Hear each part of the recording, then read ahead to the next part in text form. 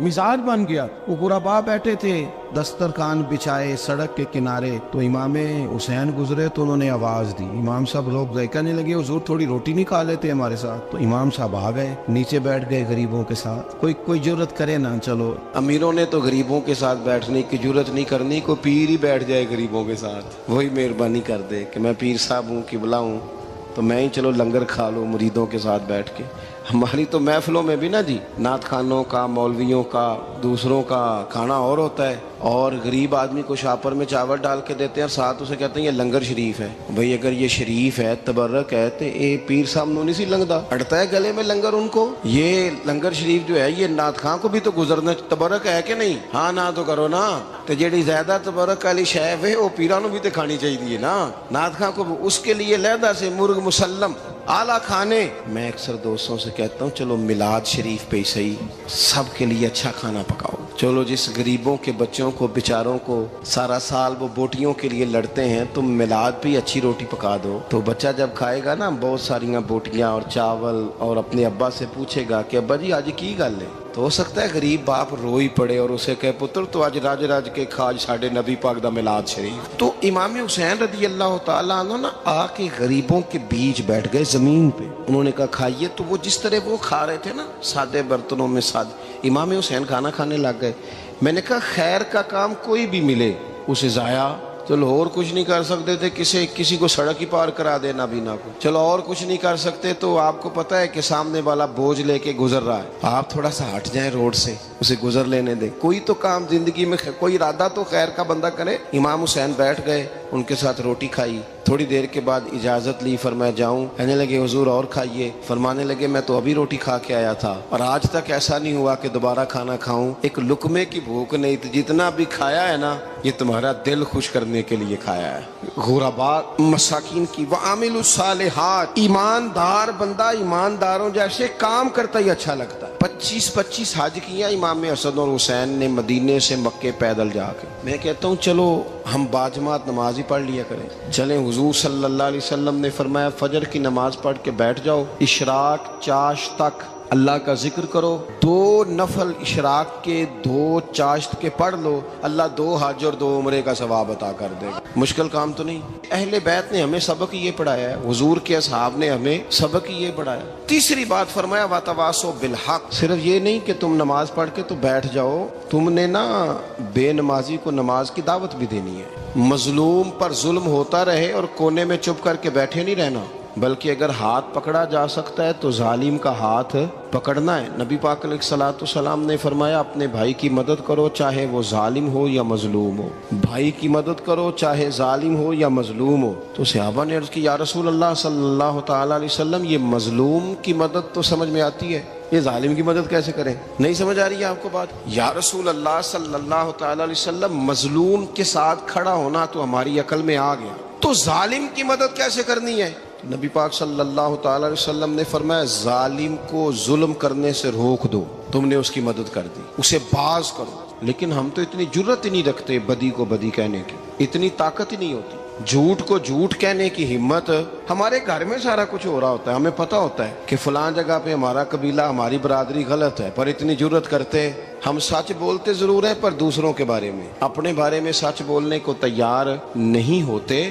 جرت کا مظاہرہ کریں زندگی میں, حق کو حق کہنا سیکھیں, غلط کو غلط کہنا سیکھیں, جھوٹ کو جھوٹ کہیں, بدی کو بدی کہیں, سچائی کا ساتھ دیں ہمیشہ. ہم نے جب تک دیکھو نا ظلم ہوتا رہے, زیادتی ہوتی رہے, اپنا دروازہ اندر سے بند کر لو, پتر باہر نہ جانا. کیوں جی؟ باہر اس پہ ظلم ہو رہا ہے, ان کے گھر آگ لگی ہے, کوئی ہمارے گھر تو نہیں نہ لگی. یاد رکھنا پڑوسیوں کی آگ نہ بجھاؤ گے تو اپنے گھر بھی آ جائے گی. اگر مظلوم کا ہاتھ نہیں پکڑو گے تو ظالم دلیر ہو جائے. اور ہمارے جتنے بھی بزرگ گزرے انہوں نے ظالموں کو ظالم کہا. امام احمد بن حنبل نے جیل کاٹی, امام اعظم ابو حنیفہ نے جیل کاٹی. آج کل لوگ کہتے ہیں مولانا صاحب آپ نے نا جناب غلط کو غلط نہیں کہنا, سیاست کی بات نہیں کرنی. کیوں جی؟ کس لیے نہیں کرنی؟ سیاست تو تدبیر کا نام ہے. بنو اسرائیل میں جتنی بھی تدبیر ہوتی تھی وہ سارے انبیاء کیا کرتے تھے. کیوں نہ بات کریں؟ یہ جن کرسیوں پہ آج تم نے ظالموں جابروں کو بٹھایا، یہ کرسی تو حضرت ابوبکر صدیق جیسے لوگوں کی ہے، یہ تو حضرت عمر جیسے لوگوں کی سیٹ ہے، حضرت عثمان غنی جیسے لوگوں کا کام ہے، مولا علی جیسے لوگوں کا کام ہے۔ غلط جگہوں پہ غلط لوگ بٹھا دی اور پھر جھوٹے کو جھوٹا بھی نہ کہیں، ظالم کو ظالم بھی نہ کہیں۔ ہم سے نہ رقم ہوں گے قصیدے یزید کے، کیونکہ ہم لوگ تو حسین کے سیرت نگار ہیں۔ یہ کیا بات ہوئی؟ آپ سچی بات ہی نہ کریں، کلمہ حق کہیں، ہمیشہ کھری بات کہیں، سچی، گرچہ اپنا نقصان ہو، حق کے ساتھ کھڑے ہونا سیکھیں۔ وتواصوا بالحق، ساری آسانی تھی، امام حسین کو کوئی مسئلہ نہیں تھا، آرام سے بیٹھے تھے۔ آج کتنے موجوں میں بیٹھے ہیں، پیر صاحبان، مولوی صاحبان، خطیب صاحبان، سیاستدان، وڈیرے، موج لگی ہوئی ہے، کسی کو کچھ نہیں کہنا، کچھ کہیں گے تو پھر بندے مخالفت کریں گے۔ تو امام حسین مسجد نبی میں جمعہ پڑھاتے تھے، چپ کر کے بیٹھے رہتے، حضور سید عالم علیہ السلام کے مزار انور کے پاس بیٹھے تھے، بیٹھے رہتے۔ لیکن امام حسین نے فرمایا ظالم حکمران بنے تو وہ قوموں کو تکلیف دیتے ہیں، وہ ملی نقصان کرتے ہیں، وہ امت کا چہرہ مہرہ بگاڑ کے رکھ دیتے ہیں، لہذا کھڑے ہونا پڑتا ہے، کلمہ حق کہنا پڑتا ہے، الہ کلمت الحق کے لیے نکلنا پڑتا ہے۔ آپ اپنی زندگی کے اندر سچی بات کرنا سیکھیں۔ الیکشن کے دن آ گئے، میرے ایک بڑے محبت والے ساتھی تھے، وہ آ گئے ووٹ کے لیے۔ ویسے بھی یہ جو بیماری ہمارے ملک میں نا جی، ہمارے ہاں حکمران بعض اوقات کہتے ہیں اوے ہو جی جمہوریت بڑی ضروری ہے۔ وہ بھی کس مصیبت کا نام ہے جمہوریت؟ اقبال تو کہتے ہیں کہ یہ وہ چیز ہے کہ جس میں پتہ ہی کوئی نہیں ہوتا پڑھے لکھے ان پڑھ کا، چھوٹے اور بڑے کا، سیانے اور بیوقوف کا۔ جمہوریت وہ طرز حکومت ہے کہ جس میں بندوں کو گنا کرتے ہیں، تولا نہیں کرتے رہتے ہو ہر وقت۔ قوم کو اس کا حق ملنا چاہیے، غریب کی مدد ہونی چاہیے، انصاف ملنا چاہیے۔ باقی یہ تمہاری کہانیاں ہیں ڈکٹیٹرشپ اور جمہوریت، اور ہمیں تمہاری سمجھ بھی نہیں آتی۔ ہر ڈکٹیٹر کے ساتھ ہوتے ہو، باتیں جمہوریت کی کرتے ہو، جہاں تمہارا دل کرتا کھڑے رہتے ہو۔ ہمیں تو کوئی اس سے غرض نہیں، کام ہونا چاہیے۔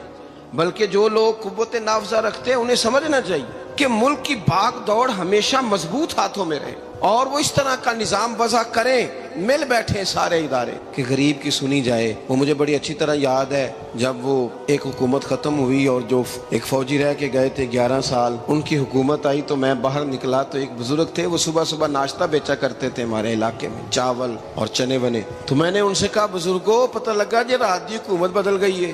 تو فرمان لگے پتر جیڑا مرضی بھی آ جائے، میں تو یا چاول بیچ کے روٹی کھانی، ہمیں تو ان سے غرض ہی نہیں، اللہ جانے کون آیا کون گیا، تو کھیل تماشا بنایا ہوا ہے۔ تو جھوٹے کو جھوٹا کہیں۔ میرے ایک دوست ہیں الیکشن لڑتے ہیں، مجھے ایک دفعہ آ کے کہنے لگے آپ نے کبھی ووٹ نہیں ڈالا، اس دفعہ ضرور ڈالیں۔ میں نے کہا نہیں ڈالتا میں۔ کہنے لگے ووٹ قوم کی امانت ہے، تو میں نے کہا امانت کسی بے ایمان کو دے دوں؟ امانت تو امانت دار کو دی جاتی۔ نہیں سمجھے آپ بات؟ یہ سارے کہتے ہیں نا ووٹ قوم کی، تو امانت کس کو دینی چاہیے؟ صحیح بتاؤ۔ چلو ہوں تسی بولنا نہیں، بس دل وچ گل رکھنی، دل وچ دیندے ویسے امانت دارا نہیں ہونا۔ نہیں میں نے کہا بولنا نہیں، ہمیں کسی نے پتہ نہ لگ جائے، دیتے ویسے امانت داروں کو ہی ہو نا۔ یہ اپنے دل سے پوچھو، فیصلہ لو، اللہ سے ڈرو۔ ظالم کا مددگار ظالم ہوتا ہے، ظالموں کا مددگار ظالم ہوتا ہے۔ وہ تیرے میرے ووٹ پر جیت کر جب ظلم کرے گا تو پھر کون ہے جو یہ دعویٰ کرے گا کہ جناب میں ظالم کا مددگار نہیں؟ سوچو سمجھو، غور کرو۔ امام حسین رضی اللہ تعالیٰ عنہ نے فرمایا سچ کو سچ کہیں گے، جھوٹ کو جھوٹ کہیں گے۔ یہ نہیں ہو سکتا کہ جناب ظلم ہوتا رہے اور چپ رہے۔ اور یہ سبق کہاں سے پڑھا انہوں نے؟ مولا علی شیر خدا سے۔ جب حضرت عثمان غنی رضی اللہ تعالیٰ عنہ پر بلوائیوں نے حملہ کیا نا، تو چونکہ حضرت عثمان غنی خالو تھے امام حسن اور حسین کے، حضرت عثمان خالو ہیں، سگے خالو ہیں، تو حضرت مولا علی شیر خدا نے یہ نہیں کہا کہ پتر اتنے بندے آ گئے ہیں، تلواریں ہیں، محاصرہ ہے، باہر نہ نکلنا، بلکہ حضرت مولا علی نے خود اپنے دونوں بیٹوں کو تلواریں پکڑائیں اور حضرت عثمان غنی کے دروازے پہ کھڑا کر کے کہا پتر خیال رکھنا تمہارے ہوتے ہوئے کوئی بھی شخص حضرت عثمان غنی کا دروازہ نہ کراس کر پائے۔ خود اپنے بچوں، ہر جنگ میں حضرت علی ساتھ لے کے جاتے تھے۔ ہم تو بچوں کو دلیری سکھاتے ہی نہیں، بزدل۔ اور کچھ ہمیں بابے مل گئے، وہ کہتے ہیں منڈے نو سایا ہے، میں کہ بابے نو آپ سایا ہے، انہوں بھی کرو دم کراؤ، اس کو نظری سایہ آتا ہے۔ کیسے نادانوں سے پالا پڑ گیا۔ کیا ہوتا ہے وہ سایہ؟ اچھے بھلے سیانے نوجوان بتی بند کر کے اندر لیٹا ہوا ہے بچہ، بابا کہہ گیا انہوں سایا ہے۔ بابا کہڑا کہہ گیا جڑا باہر روٹی لین آیا سی، بھی ایڈی پہنچی سرکار ہوندی تے ٹکر ہی گھر کھا لیندی۔ لوگوں کے قسمت کا حال بتاتا ہے، اپنی اتنی خراب ہے کہ مانگتا پھرتا ہے۔ کیا مذاق بنایا ہم نے اپنے ساتھ۔ تھوڑے سمجھدار ہو جائیں، ہر بندے کی بات کا اثر قبول نہ کیا کریں۔ مومن کے پاس طاقتیں ہوتی ہیں، جو جدھر لگاتا ہے چپ کر کے لگ جاتے ہو. ان الذین قالوا ربنا اللہ ثم استقاموا تتنزل علیہم الملائکہ. اللہ کہتا ہے تو ڈٹنا سیکھ، رب کا نام لے کے ڈٹ جا، رب تیری مدد کے لیے فرشتے بھی نازل کر دے گا. فرمایا یہ نبی مومنوں کے جانوں سے بھی زیادہ قریب ہے. ہم بڑا عام لفظ بولتے ہیں کہ فلاں چیز میرے دل کے بڑی قریب ہے، میری سوچ کے بڑی. جو لوگ دل کے قریب ہوتے ہیں ان کے پاس اٹھنے بیٹھنے کو دل کرتا ہے. تو اللہ کریم نے قرآن پاک میں فرمایا کہ یہ پیغمبر صلی اللہ علیہ وسلم تمہاری جانوں سے بھی تمہارے قریب ہے. اور حضور نے وضاحت کر دی، نبی پاک نے وضاحت کر دی. حضور نے فرمایا لا یؤمن احدکم حتی اکون احب الیہ من والدہ وولدہ والناس اجمعین، او کما قال نبی صلی اللہ علیہ وسلم. فرمایا تم میں سے کوئی اتنی دیر تک مومن ہو ہی نہیں سکتا جب تک ہر چیز سے بڑھ کر مجھ سے پیار نہ کرے. ایک مثال دے لوں، بات آسان ہو جائے گی. جس گھر کے اندر پیسہ بے شمار ہو، دولت بے شمار ہو، مکان ایک نہیں چار ہو، اور دنیا کی ساری آسانیاں گھر میں موجود ہو، سارے دوست میری بات پہ توجہ کرنا، ہر شے ہو، بینک بیلنس بھی ٹھیک ٹھاک ہو، بچوں کا فیوچر سیف ہو، لیکن گھر کے اندر میاں بیوی کی صلح نہ ہو. بچے کہتے ہیں گھر میں ہر چیز ہے پر امی اور ابا کا جھگڑا ہر وقت جاری رہتا ہے. وہ گھر صحیح چلتا ہے؟ آپ نے بولنا اس لیے نہیں کہ یہ باتیں لوگ، یہ گھر کے اندر کی باتیں ہیں نا. حالانکہ پاکستان کا تجزیہ یہ ہے کہ 95% میاں بیوی کے حالات ٹھیک نہیں. پاکستان یہ سرکاری اعداد و شمار ہے. 95% گھروں میں اختلاف رائے. یہ بات ذہن میں بٹھا لیں کہ میاں بیوی کا اگر اتفاق نہیں نہ ہوتا تو وہ کہیں کہ گھر میں کوئی بھی خوشی رہے گی تو یہ ممکن ہی نہیں، یہ سوال ہی نہیں پیدا ہو. 6 بچے ہوتے ہیں اور شادی کو 24 سال گزر جاتے ہیں پھر بھی طلاق ہو جاتی ہے. اس لیے کہ میاں بیوی کے لیے سب سے ضروری چیز آپس کی محبت ہے. اور یار کیا خوبصورت انداز ہے میرے رسول پاک علیہ السلام کا. جتنی شاندار طبیعت حضور نے مولا علی شیر خدا کی تھی اتنی کوئی کر سکتا ہے؟ اور جتنی اعلیٰ ترین تربیت اور حسن سیدہ فاطمہ کو اللہ نے دیا کسی اور کو مل سکتا ہے؟ لیکن میرے نبی پاک علیہ السلام نے ان کی شادی کے بعد ان کو اکٹھے بٹھا کے ان کے سر آپس میں جوڑ کے ہاتھ اٹھا کے دعا کی تھی کہ اے اللہ ان کے درمیان محبت پیدا فرما دے. میاں بیوی کے درمیان جو سب سے اہم چیز ہے وہ محبت ہے. بچے کہتے ہیں ہم کدھر جائیں، ابا کی سنیں کہ اماں کی سنیں؟ اور اکثر گھروں میں بچوں کی تربیت رک جاتی ہے اس لیے کہ میاں بیوی کا سلوک نہیں ہوتا، تباہی اتر جاتی. گھر کے اندر ہر شے ہے پر ان کا پیار نہیں. پتہ یہ چلا کہ گھر میں محبت نہ ہو تو گھر نہیں چلتا. اگر محبت کے بغیر ایک گھر نہیں چل سکتا تو محبت مصطفیٰ کے بغیر دین کیسے چلے گا؟ گھر نہیں چلتا میرے بھائی، ٹوٹ جاتا ہے، بکھر جاتا ہے. سارا کچھ ہونے کے باوجود میں نے مردوں کو روتے ہوئے دیکھا ہے، عورتیں تو روتی ہیں، میں نے مردوں کو روتے ہوئے دیکھا.